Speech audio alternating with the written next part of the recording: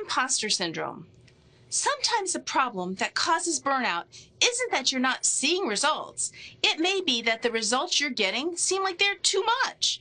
You may feel like you're faking it, that you're really not as good as other people believe you are. You may live in relatively constant fear that others will realize that you aren't as good as you appear to be. To some degree, we've all felt it. We've gotten that lucky shot, and others are amazed at our prowess. But we're confused because we have no idea what we did. And more importantly, we're not sure how to replicate the results the next time we're called on in a similar situation. It feels like the results were haphazard and unrelated to us. But the results were good, and people attributed those good results to us rather than dumb luck. At some level, there's always more to learn. Those who are concerned about being the best in the world will always be looking for the knowledge or skill they're missing to advance to the next level. So even those with what others would describe as absolute mastery of a task or skill might still believe that they're receiving more credit than they should. Perhaps the results are being magnified. Perhaps the results are random and chaotic, and it's only the great results that people are paying attention to.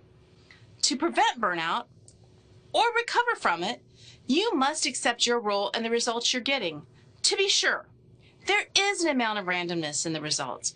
We control only what we put into things, not the ultimate outcomes. However, over time, our contributions lead to a cluster of results. We can accept that our knowledge and skills lead to those results. Until we accept that our hard work is delivering the results we need, at least some or even most of the time, we can't see the fruits of our labor and will eventually become burned out. We need to not only see our results, but to accept them as a result of our efforts.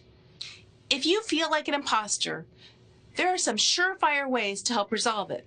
First, tell others that you feel it. Explain how you feel like you don't belong or that the results you're getting aren't a reasonable representation of your skills and experience. Even if you can't admit this to the person who believes in you more than you think they should, reveal it to someone you trust. Even though this is a frightening prospect, it's an important step in recognizing your impact. Let them walk you through why the results are appropriate. Second, map a path out between where you are now and what you need to do not to be an imposter. Then walk it. Much of the time when you map out this path, the truth reveals itself. The truth is that most people in most roles aren't trained for them completely. Surgeons can't keep up with all the new techniques, even if they're at the top of their game. Technologists are always wondering about the new technology that they've not heard about. The exercise may help you realize that no one else has it all figured out either. Finally, if you feel like an imposter, give yourself some grace. If you're not intentionally misleading people, then you're fine. You can continue to figure out what is making you successful as you go along. After all, unconsciously skillful is still skillful. You don't have to know why or how.